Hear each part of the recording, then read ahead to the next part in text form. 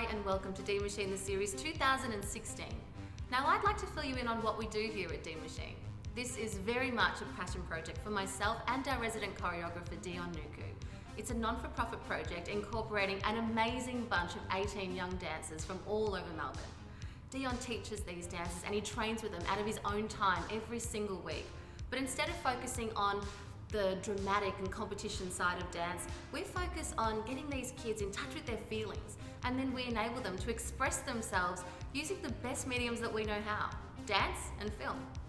Dean Machine is authentic. It's 100% no drama. It's a feel-good zone. And we aim to keep creating these film clips that send a positive message to the world. It's youth inspiring youth. So come with us and watch this journey unfold. So Feeding the Beast was a way to release their energy through dance and through the video. So that basically was the concept that we came up with. And also, you know, it goes back to all the kids we teach every week. And you know, we see that passion, and we just want to portray that and push that further than just your weekly classes. So that concept was that whole reason. Yeah. The kids and the passion that they had for dance and for life in general was them awakening their own beast and their own instinct inside of them. And then the music was what they were attracted to and what they were drawn to. And when we thought of that, it's like this light bulb went off in our head, and then it just went, the concept just came alive. And then we took it into the studio with the help of the kids. The whole process just fell into place and got better and bigger and better and bigger and bigger. And then of course with Dave as well, it just became a really big concept, and then we just had to pull it off somehow. You know, the costuming and the music, and when everything comes together in one little film, it's just so mind-blowingly exciting. Not much, a bit sick. You're a bit sick? Yeah, right. Okay, take it easy. Yeah, I think so. Yeah. Our first rehearsal here is a wrap. I'm exhausted. Yeah. I didn't even do the dancing. Yeah, the kids were great today. Finished off the whole routine, the main routine, the final shot, the big finale number. But needs a lot of cleaning, of course. And then we've got to shoot choreograph for the wolves, our 4 main lead actors, for the wolf scene in the forest, which we need to still audition for next week with some of the kids. We've got 2 kids that we'll go with, Ashley and Christian, and then we'll need another 2. Yeah, and then from there, 2 more weeks left, or 2 more rehearsals, and then it's showtime. The process of making our first concept, Feeding the Beast, was not an easy process, and nor was it short. It started with an idea, the song, and then, you know, the theme of the Feeding the Beast and the fact that all the kids awakening their instinct, awakening their inner beast.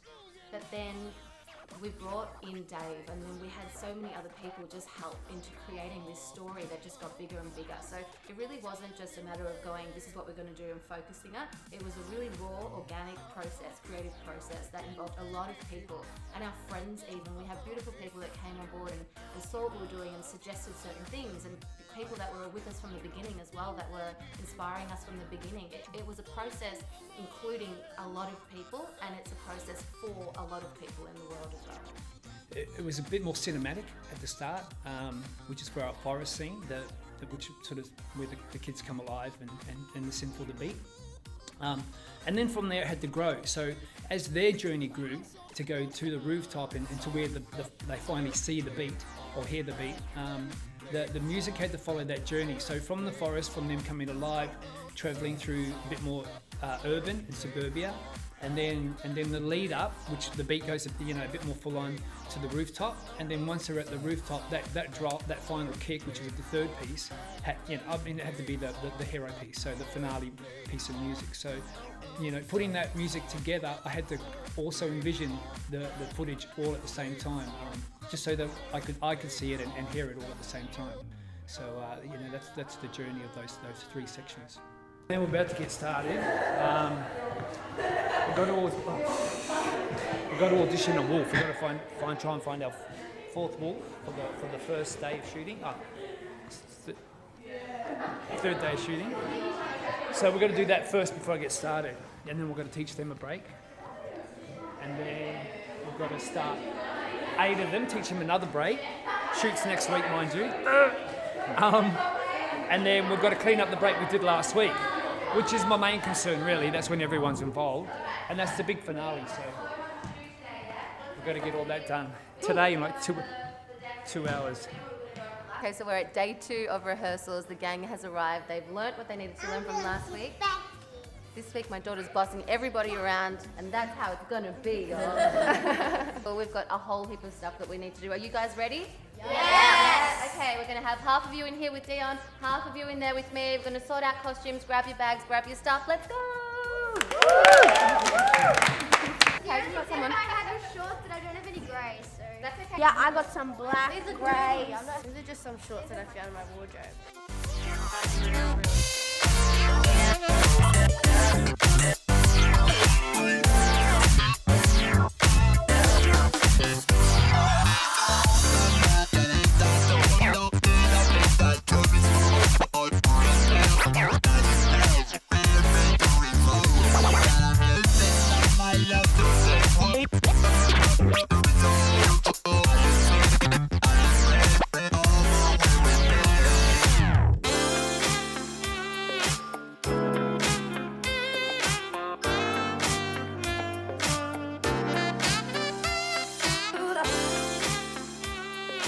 Feeling better this week? Still a bit rusty, but Yeah? I got a week. You think you'll be alright? yeah, I'll be alright. Yeah. We're going to go grab Christmas now, and we're going to go through the story, the narration. I feel like there's got to be different lessons to him, so we can take that and we can use his voice to portray the story.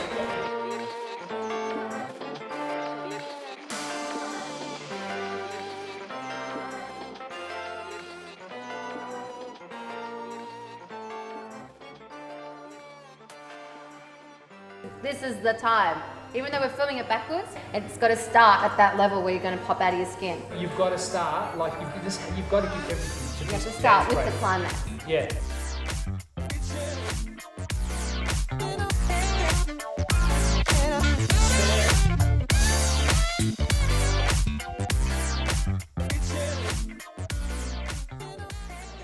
Bye. Really good, I'm happy. I just wish we had another week, you know. It's always the case. You're never as ready as you hope you could be.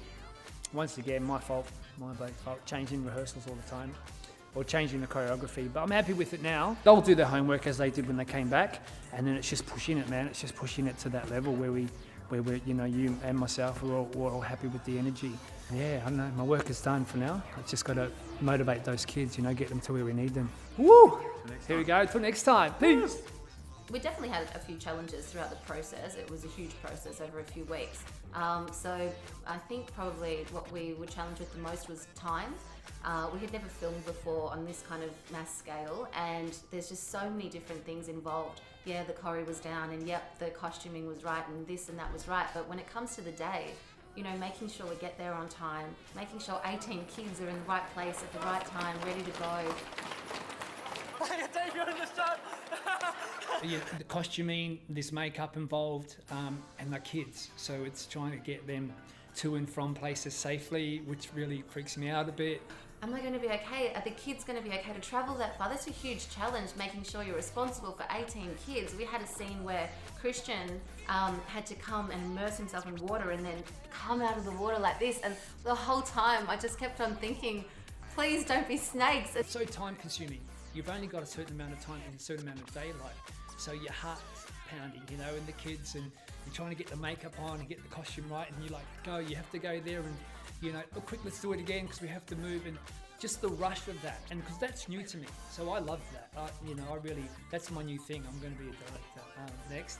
But once again, just seeing the kids switch on, like just, you know, we're in the car for hours, out, bang, cameras on, and they are on. They are like on, ready to go. And then we had to go to another forest scene, and we got there so late, and we had no time to do stuff, but we got it done because the kids just switched on and they just made it happen within minutes. You know, I'll never forget that. It's quite amazing because you don't think they have it in them. And then you go, great, so on the day, if we do it, this is how it's going to happen. You guys have to do this. You've got to pretend today because we're just doing a bit of a workshop and we're out in a bush somewhere, and we get them to come from behind a tree and pretend to act.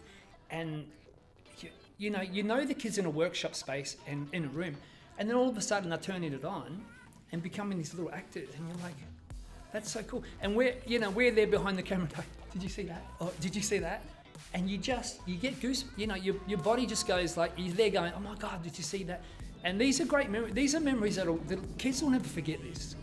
You know, I'll never forget this, but the kids will never forget this. You know, not only are we trying to push them as far as we can and take them to the top, but my God, what great memories to hold, you know, and share along the way. Like, Dance has so many beautiful qualities about it. You know, it's so good for someone's health. It's so good for their mental health. It's so good for your body, and it's so good for socializing and learning things about society and expression as well. And that's why we've had so many beautiful companies jump on board that share that same interest and share that same passion that we do for dance. You know, and we're open to more people jumping on board as well. It helps us. It helps us to make each and every film clip, and it helps us to make them bigger and to reach more people. And I think that ideally is what we'd like. We're reaching people here, and we're making an impact down here, and we can see it from the people that have heard about what Dean Machine is and the dance schools. And now we just want to broaden that, and we want to take this as far as it can go and as big as it can go to as many people as it can go. It's non-for-profit, and it's not anything that we are, you know, necessarily gaining from financially, but we gain from it hugely in other ways. It's just so rewarding for us. I'm looking forward to where it takes us, where we, you know, end up going, and the experiences that we're going to go through. We've got so many other ideas for these concept videos and for the kids, and it's quite fresh and new for us. So, you know, I'm looking way ahead. You know, where we're heading and where it's going is what I'm really looking forward to. Where that exactly is, I don't know, but I just want to go with this. You know, I really just want to go with this and just take it and continue to create and continue to push this crew that we have. So I'm hoping to go as far as we can go to the top. You know, if that means going to America, getting the name out, Dean Machine, the kids, you know, as far as we can go with them, and you know, hopefully through the process they get what they want out of it, which I'm sure is to, you know, to dance overseas and be involved in, you know, the video clips and just take it as far as they can go with it all. And really that's the goal, is to, if all these kids end up, you know, just dancing their butts off and ending up doing this for a living, then great.